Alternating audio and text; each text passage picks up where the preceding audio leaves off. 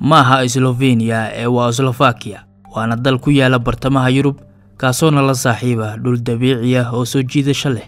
muuqaalkan ayaadna ka ogaan doontaan xogaha guud ee ku saabsan Slovakia gaar ahaan dhinacyada juqraafiga, taariikhda, dhaqaalaha, siyaasadda iyo dadka ku nool. dalka Slovakia wuxuu ku yaalaa bartamaha Yurub wuxuuna xuduud la wadaagaa ilaa 5 dal. dadka dalkan waxay aad u doorbidaan in dalkooda lagu tilmaamo inuu yahay mid dhaca bartamaha Yurub, mana ogola in la raaciyo bariga Yurub. Slovakia waa dal aan lahayn xeeb oo wuxuu ka mid yahay dalalka xiran. wuxuuna dalkan caan ku yahay oo ku badan buuraha, gaar ahaan buuraha Tatra. waa dal buuruhu ku badan yihiin oo 80% oo dhulka dalkan ah waa buuraley. dhulka Slovakia sidoo kale waa mid aad u kala duwan oo leh muuqaal dabiici ah oo qurux badan. waxaana loo kala qaybin karaa qaybo waaweyn sida dhulalka buuraleyda, dooxooyinka iyo dhulka siman. qaybo badan oo dalkan ah waxaa daboolay keymo. webiyada waaweyn sida Danube, Vah, Heron iyo Morava ayaguna waxay abuuraan dooxooyin ballaaran oo ku habboon beeraha. dhulalka hooseeya iyo taagaga ee webiga Danube waa halka inta badan dadka dalkan ku nool yihiin. sidoo kalena waxaa halkan laga soo saaraa kalabar wax soo saarka beeraha.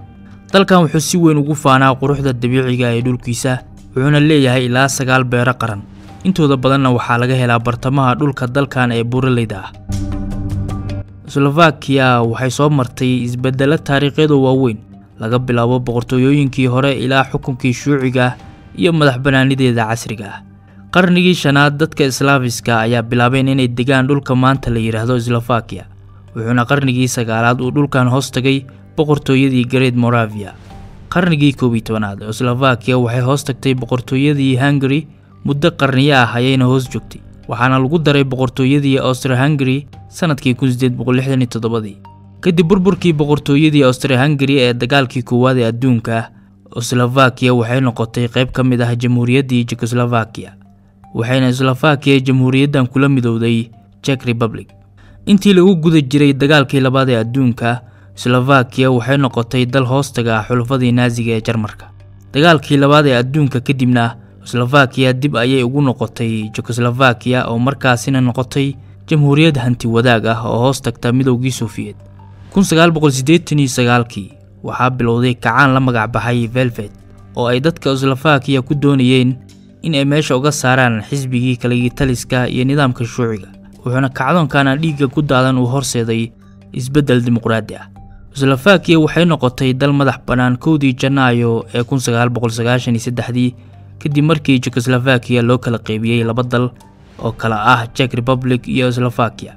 sanadkii 2004 Slovakia waxay ku biirtay midowga Yurub iyo NATO, halka 2009kiina ay qaadatay lacagta euro. dalkan wuxuu leeyahay taariikh adag. dadka booqda dalkan ee aan garanayna taariikhda dalkan waxay muwaadiniinta dalka u dhalatay kala kulmaan falcelin taban oo marka ay siyaasadda tagto dadka dalkan waa kuwa dareen ahaan kacsan, mana jecla dadka dalkan in goobaha la isugu yimaado looga hadlo doodaha ku salaysan siyaasadda iyo diimaha. nidaamka siyaasadda ee Slovakia waa mid dimuqraadi ah, waxaana dalkan ka madaxweyne ah Zuzana oo noqotay haweeneydii ugu horeysay ee dalkan madaxweyne ka noqotay. laakiin xilka madaxweyne ee dalkan ma ahan mid saameyn aad u weyn leh. waa madaxa dawladda iyo astaan u taagan midnimada dalka, wuxuuna leeyahay awood sharafeed. laakiin shaqada dawladda inteeda badan waxaa hogaamiya ra'iisul wasaaraha dalka. sanadkan ra'iisul wasaaraha Slovakia Robert Fico waxaa lagu dhaawacay isku day dil ah oo ka dhacay magaalada Hanover, taasoo ku taala bartamaha Slovakia. Fico dhowr xabadood ayaa ku dhacday xilli uu la kulmayay taageerayaashiisa. weerarkan waxaa fuliyay nin 71 jir ah oo howlgab ah, kaasoo lahaa aragtiyo si weyn u diidan siyaasadaha Fico. dhaqaalaha Slovakia waa mid kobcaya oo ku tiirsan dhowr dhinac oo muhiim ah.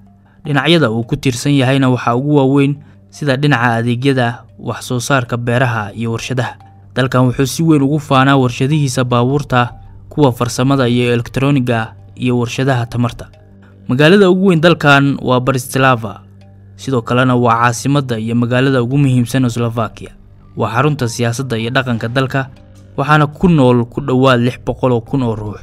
waa mid ka mid ah magaalooyinka midowga Yurub ee sida degdeg ah u kobcaya, waxaana si weyn looga hirgeliyaa xarumo warshadeed iyo kuwa ganacsi. Bratislava waa caasimadda kaliya ee caalamka ee marka la eego dhulka hoostaga uu xuduud la wadaago 2 dal. waa caasimadda qura ee laba dal xuduud la wadaagtaa waxayna xal la wadaagtaa dalalka Hungary iyo Austria. caasimadda dalkan meelaha ugu caansan waxaa ka mid ah taalada shaqaalaha bulaacadda waa taalo farshaxaneed oo la dhisay 1997 waana mid ka mid ah goobaha ugu caansan ee caasimadda dalkan. waxaa caasimadda dalka Slovakia maraa webiga labaad ee ugu weyn Yurub ee lagu magacaabo Danube waa midka ugu muhiimsan webiyada Slovakia marka la eego dhanka socdaalka wuxuuna caasimadda dalkan ku xiraa caasimadaha dalalka Austria iyo Hungary kuwaasoo lagu kala magacaabo Vienna iyo Budapest. Košice waa magaalada labaad ee ugu muhiimsan dalka uguna weyn waxay leedahay taariikh dheer waxaana ku yaalaan goobo taariikheed oo si weyn dalkan looga ixtiraamo. degmo lagu magacaabo Brezno waxaa laga helaa garoon kubadda cagta lagu ciyaaro oo u dhex maro tareen. jidkan tareen waxaa la dhisay xilligii uu socday dagaalkii koowaad ee dunida laakiin maanta waa mid dhaxal ah oo dhanka dalxiiska loogu talagalay. haddii aad ogeed tareen dhex mara suuq ku yaala dalka Thailand haddaba Slovakia waxaa laga helaa tareen dhex mara garoon kubadeed.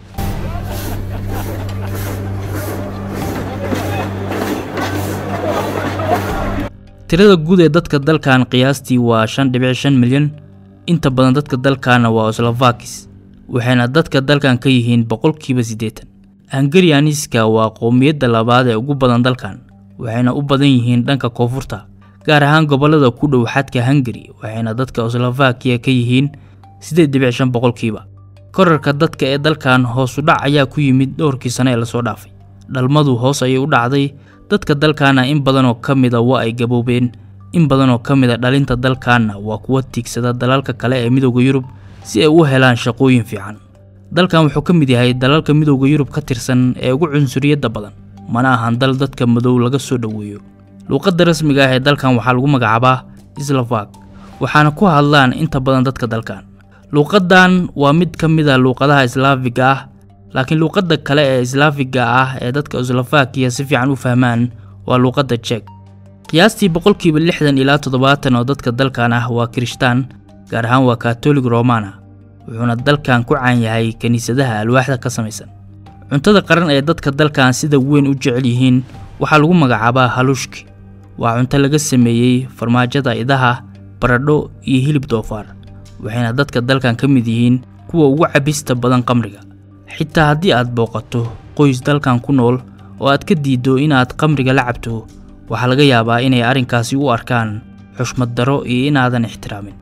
dharka hidaha iyo dhaqanka ee dadka dalkan xirtaan waxaa lagu magacaabaa korey waxayna leeyihiin ciyaaro dhaqameedyo kala duwan qaybna raggu ciyaaraan halka sidoo kalena ay jiraan ciyaaro dhaqameedyo ay dumarku ku caan yihiin.